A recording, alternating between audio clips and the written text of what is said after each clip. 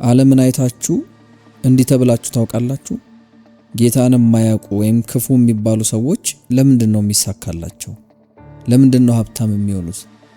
ክርስቲያኖች ገና ሲታገሉ ዓለማውያን በቀላሉ የሚቀናቸው ለምንድነው?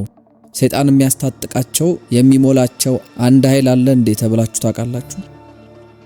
በእንደዚህ አይነት ጥያቄዎችና እግዚአብሔርን የማያውቁ የማይፈሩ ሰዎች በምድራዊ ነገር ሲበለጽጉ ነገር ግን የእግዚአብሔር ሰዎች የኑሮ ቀንበር ተጭኗቸው በማየታችሁ ግራ ከተጋባችሁ ዛሬ አንድ ትልቅና ኃያል ምስጢር ልነግራችሁ። በዛሬው ቪዲዮ እንግዲህ ከመጽሐፍ ቅዱስ በተጨማሪ በዘመናቸው ካለው ትውልድ ሁሉ የእግዚአብሔርን አሰራር በጥልቀት ከተረዱ ሰዎች መካከል የሁለት የእግዚአብሔር መንግስት አገልጋዮችን ሐሳብ በስፋት ወደ እናንተ የምናቀርብ ይሆናል። በመጀመሪያ ማወቅ ያለብን አንድ ነገር ቢኖር የእግዚአብሔር ሕግ ለሁሉም ሰው የሚሰራ መሆኑን።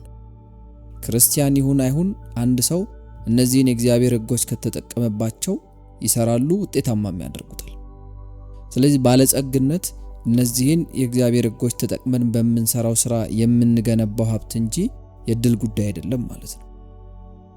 ምናልባትም ጌታን የማያውቁ ዓለማውያን ሰዎች ሰይጣን ባርኳቸው ሳይሆን ክርስቲያኖች ያልተጠቀሙበትን የእግዚአብሔርን መንግስት ሕግ እነዚህ ጌታን የማያውቁ ሰዎች በሚገባ በሙሉ ኃይላቸው ስለተጠቀሙበት የሆነው እየተሳካላቸው የሚለውን ደግሞ እንመልከት። እግዚአብሔር ምድርን የሚያስተዳድራት ራሱ ባወጣቸው መርሆች ነው እንጂ በእድል፣ በአጋጣሚ፣ በመድሎ፣ በአቦሰጥ ወይም ደግሞ በግምት አይደለም። ይሄ እግዚአብሔር ምድርን የፈጠረበት መሰረታዊ ዓላማና እውነት ነው።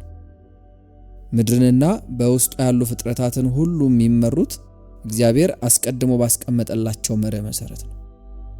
ስለዚህ የፍጥረት ሕግን በተመለከተ የመሬት የስበት ሕግ በፍጥረት ሁሉ ላይ ይሰራል እንጂ በክርስቲያኖች ላይ ብቻ አይደለም የሚሰራው።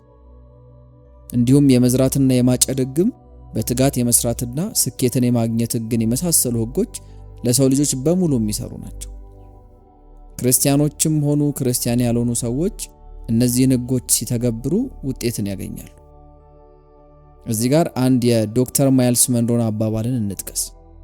እግዚአብሔር ጸሎታችሁን የሚመልስላችሁ የሚያስፈልጋችሁን ነገር ስለዘረዘራችሁለት ሳይሆን ያስቀመጠላችሁን ሕጎች ስትፈጽሙና ስታከብሩ ብቻ ነው ይላል አባባሉ።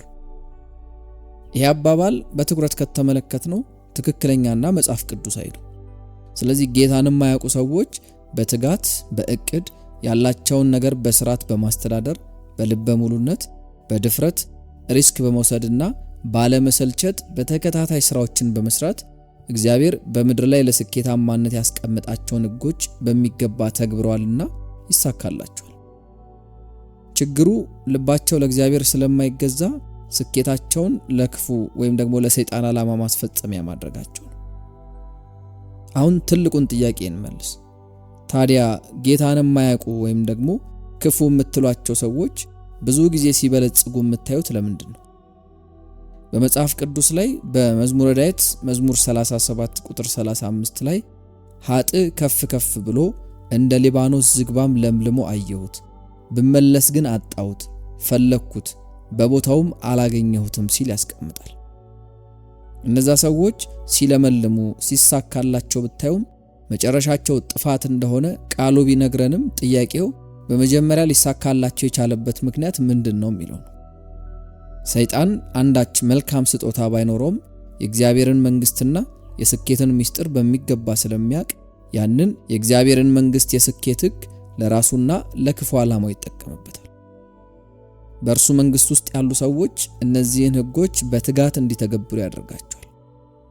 ገንዘብ ደግሞ የሚመጣው አንዳች ለሰዎች የሚጠቅም ስራ ስትሰሩ ስለሆነ ያንን ስራ በትጋት በብቃትና ባለመታከት በቀጣይነትና ተከታታይነት ባለው ሂደት ስትሰሩ ስለሆነ ያንን ስራ ጌታን የማያውቅ ሰው በድፍረት በጥንቃቄ ገንዘብን በመያዝ ለዓላማው ተግቶ ሲሰራ ይሳካለታል። ልብ በሉ፣ ሕጎቹ የእግዚአብሔር መንግስት ሕጎች ቢሆኑም ጌታን የማያውቅ ሰው ቢጠቀምባቸውም እንኳን ይሰራሉ።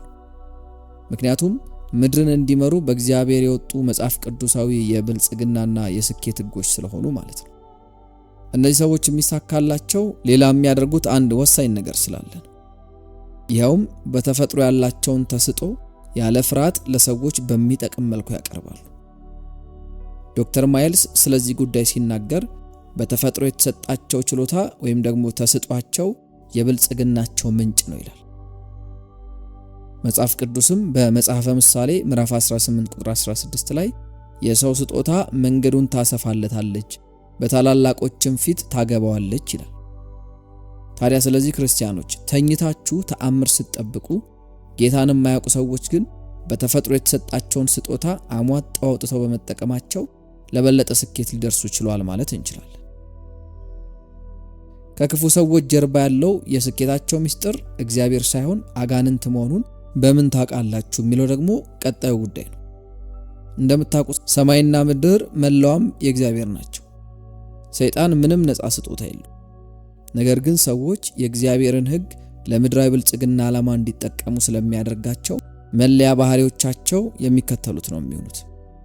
እነዛ ሰዎች ለገንዘብ ስግብግቦች ናቸው። ከእግዚአብሔር ይልቅ ገንዘብን ይወዳሉ። ገንዘብ ስላላቸው ይታበያሉ። በገንዘባቸው ይመካሉ። ወሬያቸው፣ ንግግራቸው፣ ሐሳባቸው ሁሉ ስለ ገንዘብና ስለ ጥቅማቸው ብቻ ነው። ከሌሎች ሰዎች የበላይ ሆነው መታየት ይፈልጋሉ። ከነሱ የበታች የመሰሏቸውን ሰዎች በሙሉ ይንቃሉ፣ ይጨቁናሉ። አንዳንዴም በአመት የሆነ ጊዜ ላይ አመታዊ ግብር ለመገበር የሆነ ቦታ ሄደው ሲመጡም ትመለከቷቸዋላችሁ። ጌታን የማያውቁ ሰዎች እነዚህ ክፉ ባህሪያት የሚኖራቸው ወደው ሳይሆን የእግዚአብሔርን የብልጽግና ሕግ አውቀውም ሳያውቁም ለሰይጣን ዓላማ ስለሚጠቀሙበትና በእርሱ በጨለማው መንግስት ውስጥም በመሆናቸው ነው። የሚያፈሩት ሀብት ንብረትም ምድራዊ ብቻ ሳይሆን ጊዜያዊና ጠፊም ነው። በመዝሙረ ዳዊት መዝሙር 37 ቁጥር 1 እና 2 ላይ በክፉዎች ላይ አትቅና፣ አመፃንም በሚያደርጉ ላይ አትቅና፣ እንደ ሳር ፈጥነው ይደርቃሉና እንደ ለመለመ ቅጠልም ይረግፋሉና ይላል። ታዲያ ክርስቲያኖች ጌታን የማያውቁ ሰዎች የተሳካላቸው ሊሆኑ ይገባል ብላችሁ ታምናላችሁ? አሁን በደንብ አዳምጡ። ይህንን ጉዳይ በሚገባ ልትረዱት ግድ ነው። ዶክተር ማይልስ መንሮን ሲናገር ተፈጥሯችሁ ምድርን እንድትገዟት ነው፣ ስኬት እጣ ፈንታችሁ ነው ይላል። ወንድም አይረን ጎልደንም ስለዚህ ጉዳይ ሲናገር ገንዘብንና ስኬትን በተመለከተ ከተጻፉ መጽሐፍት ሁሉ መጽሐፍ ቅዱስን የሚያክለው የለም ይላል። ምክንያቱም መጽሐፍ ቅዱስ ለክርስቲያኖች ከክፎች ይልቅ ስኬታማ የመሆን መብትንም ስልጣንም እንዳላቸው ስለሚናገር ነው በማለት ያስቀምጣል። ክርስቲያኖች የእግዚአብሔር መንግስት ዜጎች ናቸው። ንጉሱ ደግሞ የዜጎቹን ደህንነት የሚያረጋግጠው ራሱ ነው። ስለዚህ ክርስቲያኖች ይህንን የመንግስቱን ምንነት ተረድተው ከኖሩ የሚኖሩለት ዓላማ ብቻ ሳይሆን እነርሱ ራሳቸው የእግዚአብሔር እንደሆኑ ከተረዱ ለእግዚአብሔር ክብር ይኖራሉ። እግዚአብሔርም እህልና ውሃቸውን ይባርካል ማለት ነው። በመጽሐፍ ቅዱስ ላይ በኦሪት ዘጸአት ምዕራፍ 23 ቁጥር 25 ላይ አምላካችሁንም እግዚአብሔርን ታመልኩታላችሁ፣ እርሱም እህልና ውሃን ይባርካል፣ በሽታንም ከመካከል አርቃለሁ ብሎ ተጽፏል። ከዚህም በተጨማሪ ደግሞ መንፈስ ቅዱስ ወደ እውነት ሁሉ ይመራችኋል ተብሎ በዮሐንስ ወንጌል ምዕራፍ 16 ቁጥር 13 ላይ እንደተጻፈው በመንፈስ ቅዱስ መሪነት የሚመላለሱ ክርስቲያኖች በአሸናፊነት እንደሚመላለሱ ምንም ጥርጥር የለው። ምክንያቱም ይሄ ሲሆን እግዚአብሔር ማንም ሊዘጋው የማይችልን በር ይከፍትላቸዋል። ሲሆንላቸው ደግሞ ከነርሱ የሚጠበቅ ግዴታ እንዳለ መጽሐፍ ሲናገር ኢየሱስ ክርስቶስ በሉቃስ ወንጌል ምዕራፍ 16 ቁጥር 10 ላይ ከሁሉ በሚያንስ የታመነ በብዙ ደግሞ የታመነ ነው፣ ከሁሉ በሚያንስም የሚያምጽ በብዙ ደግሞ አመፀኛ ነው። እንግዲያስ በአመፃ ገንዘብ ካልታመናችሁ እውነተኛውን ገንዘብ ማን አደራ ይሰጣችኋል? በሌላ ሰው ገንዘብ ካልታመናችሁ የእናንተን ማን ይሰጣችኋል? ለሁለት ጌታዎች መገዛት የሚቻለው ባሪያ ማንም የለም። ወይ አንዱን ይጠላልና ሁለተኛውንም ይወዳል፣ ወይም ወደ አንዱ ይጠጋል ሁለተኛውንም ይንቃል። ለእግዚአብሔርና ለገንዘብ መገዛት አትችሉም በማለት በግልጽ ያስቀምጣል። ከዚህ ቃል የምንረዳው በእግዚአብሔር መንግስት ውስጥ ሆነን የምናፈራው ገንዘብና ሀብት ሁሉ 10% ወይም ደግሞ አስራት ብቻ ሳይሆን የቀረው 90%ም ሁሉ ባደራ ከእግዚአብሔር ዘንድ የተቀበልነው እንጂ እንዳሻን እግዚአብሔርን በማያከብር ነገር ለአመፃ ልናውለው እንደማይገባ ነው።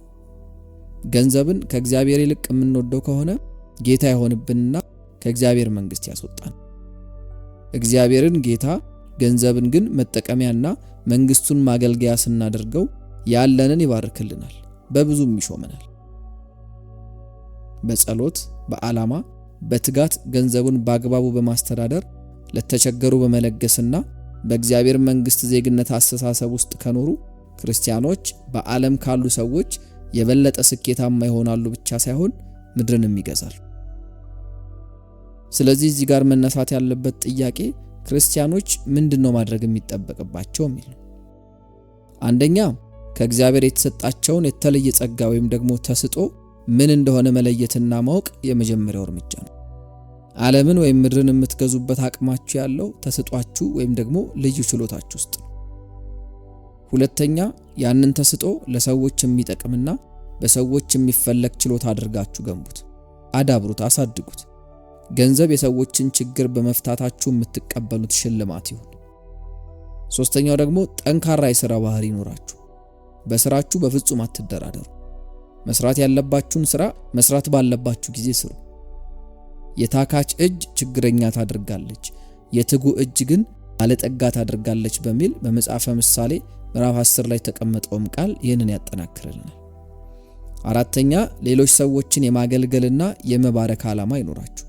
የእናንተ መባረክ በዙሪያችሁ ላሉ ሰዎች የበረከት ምንጭ መሆን ይኖርበታል።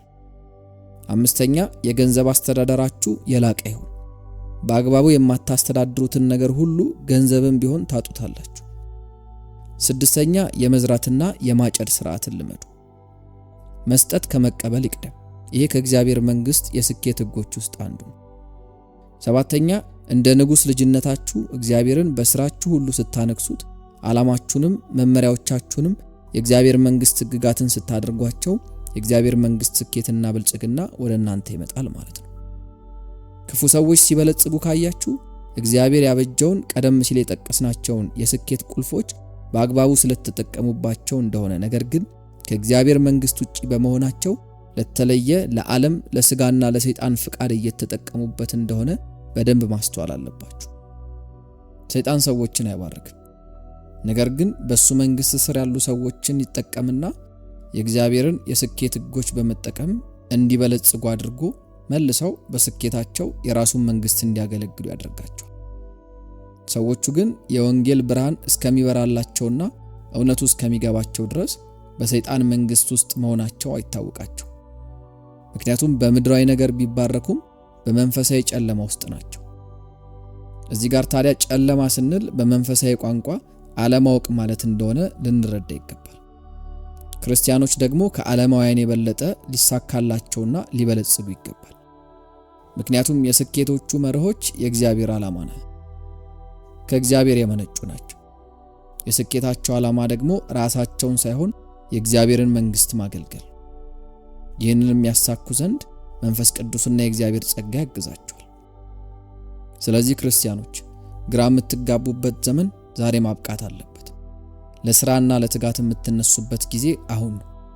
የእግዚአብሔር መንግስት ዲኤንኤ በውስጣችሁ ስላለ ከስኬት ውጪ ሌላ አማራጭ የላችሁምና በእነዚያ መስመሮች የግድ ዛሬውኑ አሁኑኑ መራመድ መጀመር መቻል አለባችሁ።